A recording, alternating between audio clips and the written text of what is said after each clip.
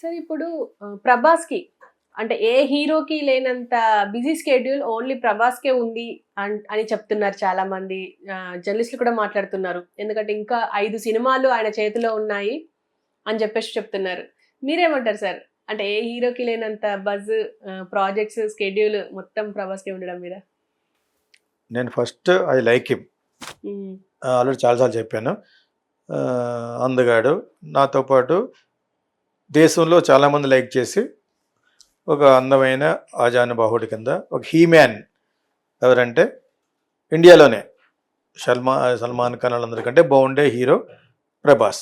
Pleasing face, హ్మ్. అందరికీ వెంటనే ఆకట్టుకునే ఫేసు. అంతకంటే 2-3 రెట్లు అందంగా చూపించాడు రాజమౌళి.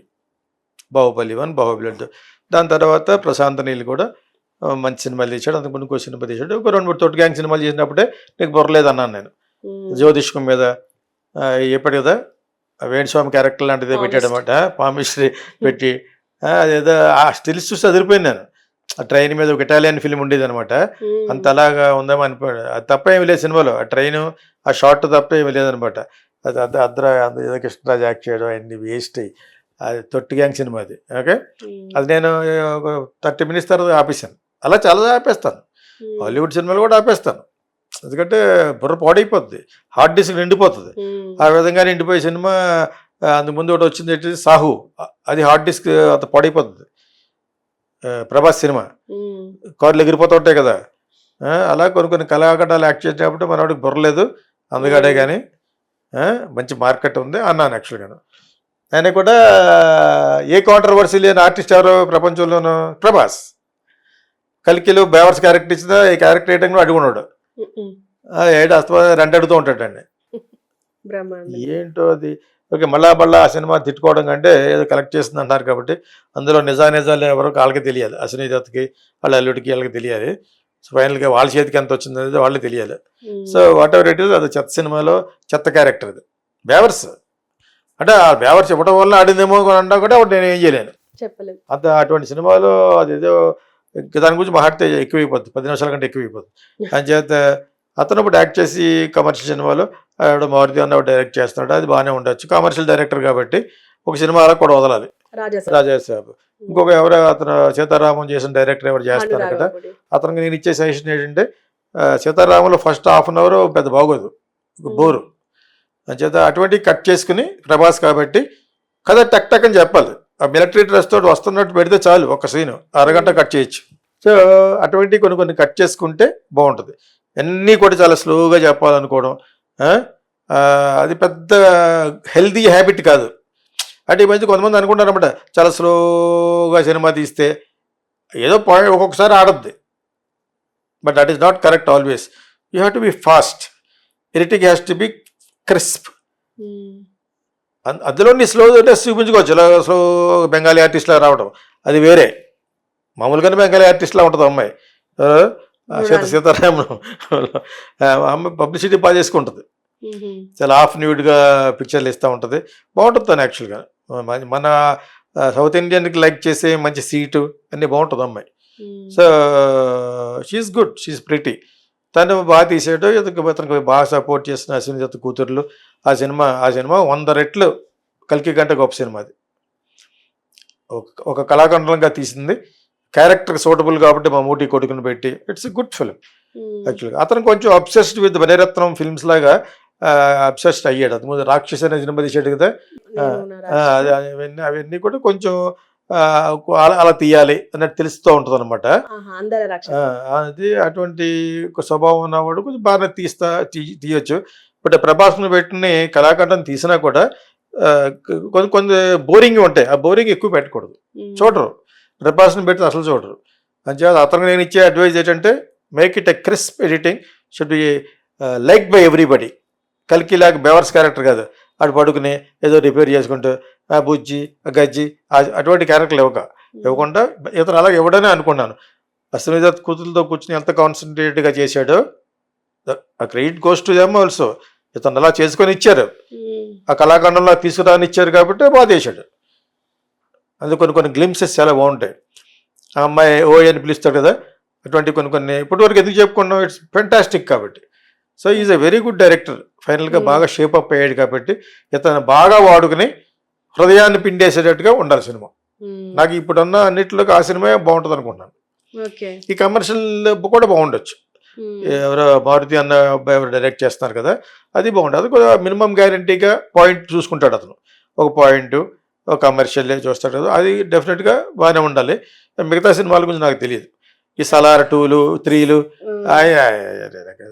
నాకు పెద్ద ఇష్టం ఉండదు. సలార్ మీనింగ్లెస్గా ఉంది సినిమా. అది ఎక్కడ ఉంటుందో ఆ ఊరు ఏంటో తెలియదు, ఇదేంటో ఆడు ఎందుకు వస్తాడో తెలియదు, మలయాళం పృథ్వీ ఎందుకు వస్తాడో తెలియదు, ఆడు ఏ భాషలో మాట్లాడతారు, ఎక్కడున్నాం మనం.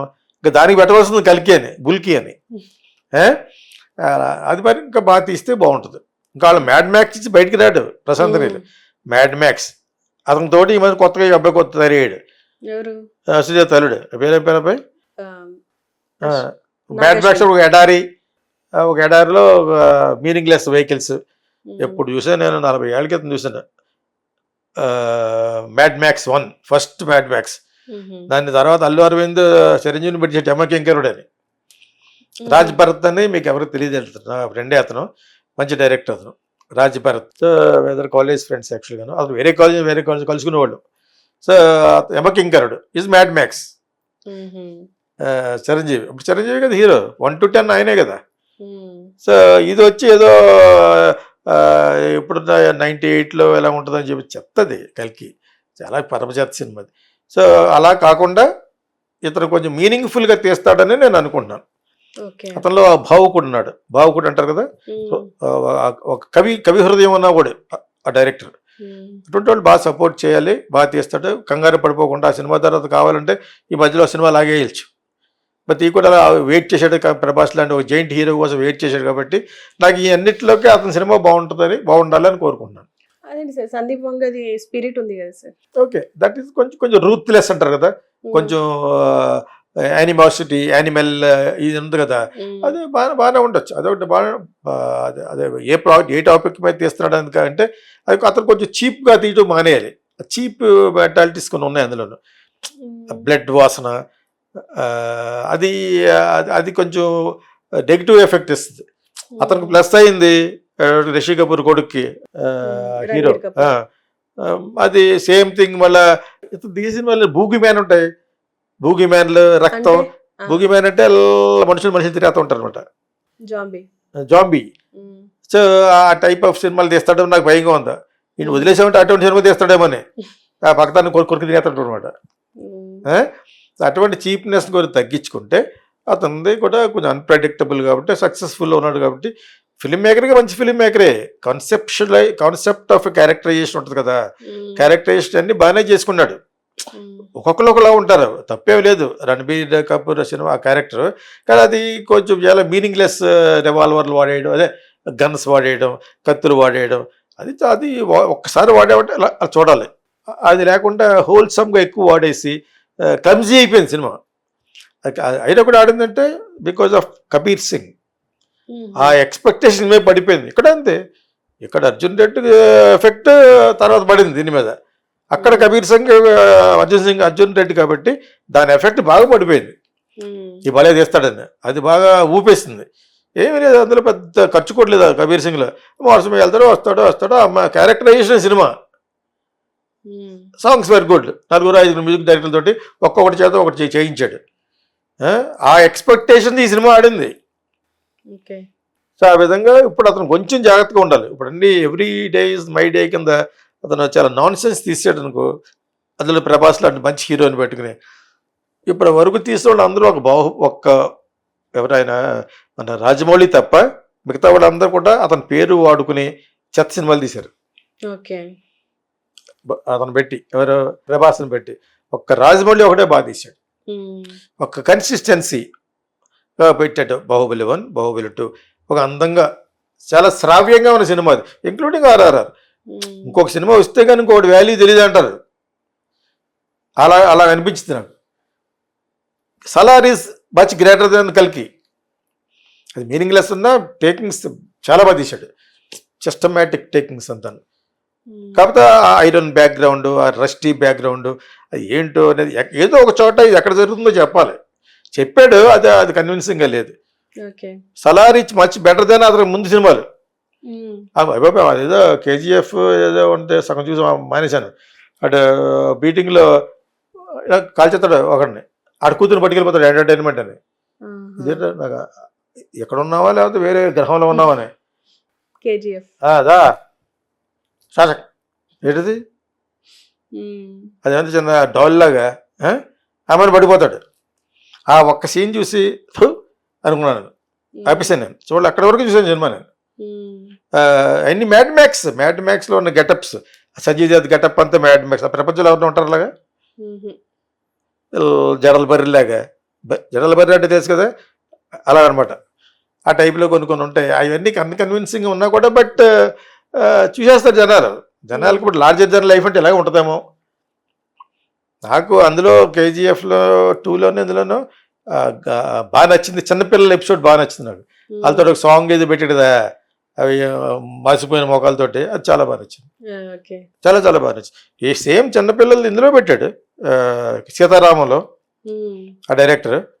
అది మరి ఇప్పుడు కూడా హృదయానికి హత్తుకుంటుందా ఆ సాంగ్. సేమ్ థింగ్ మళ్ళీ ఇందులో పెట్టారు. ఎవడో చిన్న సినిమా తీసాడు, ఎవరు అమ్మాయిని పెట్టి ఒక లవ్ స్టోరీ, విజయ్ దేవరకొండ తమ్ముడిని పెట్టి ఆనంద్ దేవరకొండ. అతను పెట్టి ఒక సినిమా Baby. తీసి బేబీ, అందులో కూడా స్మాల్ వాయిస్తో పెట్టాడు కదా ఉమ్, చిన్నపిల్లలతో. అది క్లిక్ ఎప్పుడు కూడా నేను ఎప్పుడో పెట్టాను ఉమ్, నా సినిమాలు. ప్రతి దాంట్లో చిన్నపిల్లలు ఉండేటాడు, ఉమ్, 4 కానీ 5 కానీ, లేదా ఒక చిన్నపిల్లవాడు కానీ, ఇంత ఉన్నవాడు కానీ. ప్రతి సినిమా చూసుకోండి, 7 సినిమాలు అన్నింటిలో ఉంటారు. దానికి సంబంధించిన కానీ ఇళయరాజాకి చెప్పే వాళ్ళతో సాంగులు ఇంక్లూడ్ చేస్తాను అనమాట. ఉమ్, ఓకే. కోకిల్లో కూడా కోకిల్ అనగానే మధ్యలో రే నువ్వు కాదురా అయినా అంటాడు కదా చిన్న కుర్రాడు, ఉమ్, ఈడనేస్తాడు ఐ లవ్ యూ అని శోభన్ని. So it is all universally accepted paying elements. ఒక సినిమాకి పేయింగ్ ఎలిమెంట్కి అందరూ యాక్సెప్ట్ చేసేది చిన్నపిల్లల వాయిస్ కానీ, చిన్నపిల్లలు ఆ పెద్ద హీరోతో కలిసి ఉండడం అనేది మంచి పాయింట్. ఓకే. సో అంచేత ఐ థింక్ దేర్ ఆల్